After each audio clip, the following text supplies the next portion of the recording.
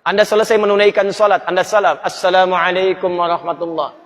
Assalamualaikum warahmatullah.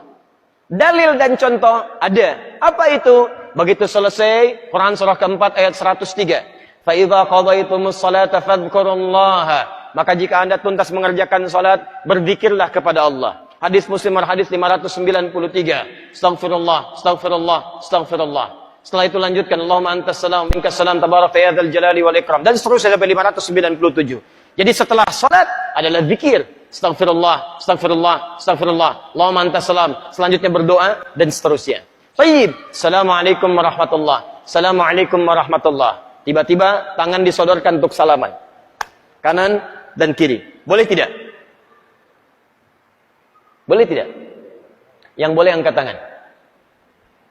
Yang tidak boleh angkat tangan. Yang wallahu a'lam, enggak usah angkat tangan. Karena waktu kita mau habis di sini. Lihat sini. Untuk menentukan boleh dan tidak, tadi kaidahnya. Lihat, ini sederhana. Cuman satu bagian dari kalimat. Tapi maknanya dalam. Boleh dan tidak. Jangan asal bicara ini boleh, ini tidak. Anda tidak boleh menghukumi sesuatu di syariat kecuali memahami ketentuannya. Apa landasannya? Mana dalilnya untuk menentukan boleh? Anda tidak paham dalil, jangan bicara hukum. Kata Imam Malik, Anda hafal 100.000 hadis tapi tidak memahami isinya, jangan bicarakan tentang hukumnya. Apalagi Anda yang tidak hafal hadis baru tahu terjemahannya, tiba-tiba memberikan hukum pada orang lain, itu yang bahaya. Awas, hati-hati. Nah, bagaimana menentukannya? Apa dalilnya? Tayyib. Hadis riwayat At-Tirmidzi menyampaikan dari Nabi sallallahu alaihi wasallam, "Ma min muslimaini yaltaqiyani fayatasafahani illa ghufira lahumā qabla an yatafarraqā."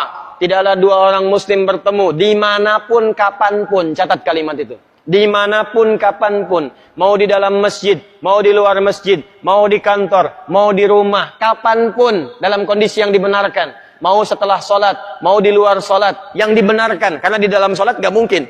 Allahu Akbar, Allahu Akbar. Mustahil. Dalam kondisi yang dibenarkan. Ba'da salat, Assalamualaikum, Assalamualaikum. Di luar masjid, fayatasafahani, tiba-tiba keduanya bersalaman. Tek, salaman. Ghufira lahuma qabla an yatafarraqa. Maka diampuni dosa-dosa yang pernah melekat pada keduanya.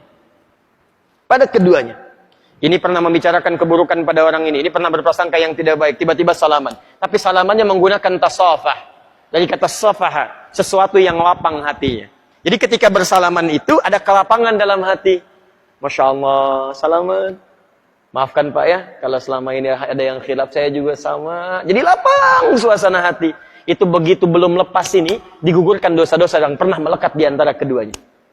Ingat kalimatnya itu tajam, bukan salaman biasa. Kalau cuman begini, satu nengok ke barat, satu ke timur, masyriq wal maghrib, nambah dosa. Apa kabar? Baik. Satu dosa, yang ini dosa. Jadi begitu Anda salaman, fayatasafahani, lapang hati, ghufira lahuma qabla an yatafarraqa, turun ampunan Allah pada keduanya sebelum dia berpisah. Begitu berpisah, sudah tidak membawa dosa di antara keduanya. Baik. Sekarang persoalannya, Assalamualaikum warahmatullah. Assalamualaikum warahmatullah. Tiba-tiba salaman. Tek kanan, tek kiri. Dalilnya ada yang tadi. Karena hadis tadi tidak membatasi. Mau ba'da salat, mau di luar masjid, mau jadi dari salat, yang penting salaman. Boleh tidak? Boleh kalau bicara dalil, itu boleh. Cuman persoalannya, contoh tidak ada. Kaidah mengatakan kalau tidak ada contoh, ya tidak ada masalah. Yang penting ada dalil. Karena patokannya dalil ada. Karena tidak setiap kesempatan Nabi mencontohkan itu. Dalilnya ada. Tapi kaidah mengatakan, kalau dalil plus contoh bertemu dalil tanpa contoh, maka dahulukan dalil plus contoh. Dan akhirkan dalil tanpa contoh. Paham? Di begitu Assalamualaikum warahmatullah. Assalamualaikum warahmatullah. Anda zikir terlebih dahulu. Astaghfirullah, astaghfirullah, astaghfirullah. Allahumma antas salam, minkas salam, tabarakta ya dzal jalali wal ikram. Selesai. Assalamualaikum akhi. Assalamualaikum akhi. Masya Allah. Taqabbalallah minna wa minkum. Assalamualaikum. Makanya Nabi selesai salat, beliau bersalaman. Sahabat mengejarnya. Ada Anas mengejar Nabi, dan sebagian mengejar Nabi, salaman mengejar Nabi SAW. Hadisnya sahih. Bahkan di Al-Bukhari. Paham ya? Jadi tidak ada masalah teman-teman sekalian, tapi kita paham fikih prioritas. Kecuali ada orang yang belum paham, tiba-tiba Anda sedang berzikir, astagfirullah, astagfirullah, tiba-tiba tangannya begini kepada Anda. Anda sedang berzikir, tangan sahabat Anda diulurkan kepada Anda seperti ini. Assalamualaikum. Mana hukumnya? Menjawab dulu salaman, atau Anda kemudian meneruskan zikir Anda. Assalamualaikum. Astagfirullah. Hati-hati. Setiap penghormatan pada seseorang maka kaidahnya menjawab penghormatan itu wajib hukumnya didahulukan dibandingkan meneruskan sunnah yang dilakukan. Menyampaikan salam sunnah, menjawab salam wajib hukumnya. An-Nisa ayat 86.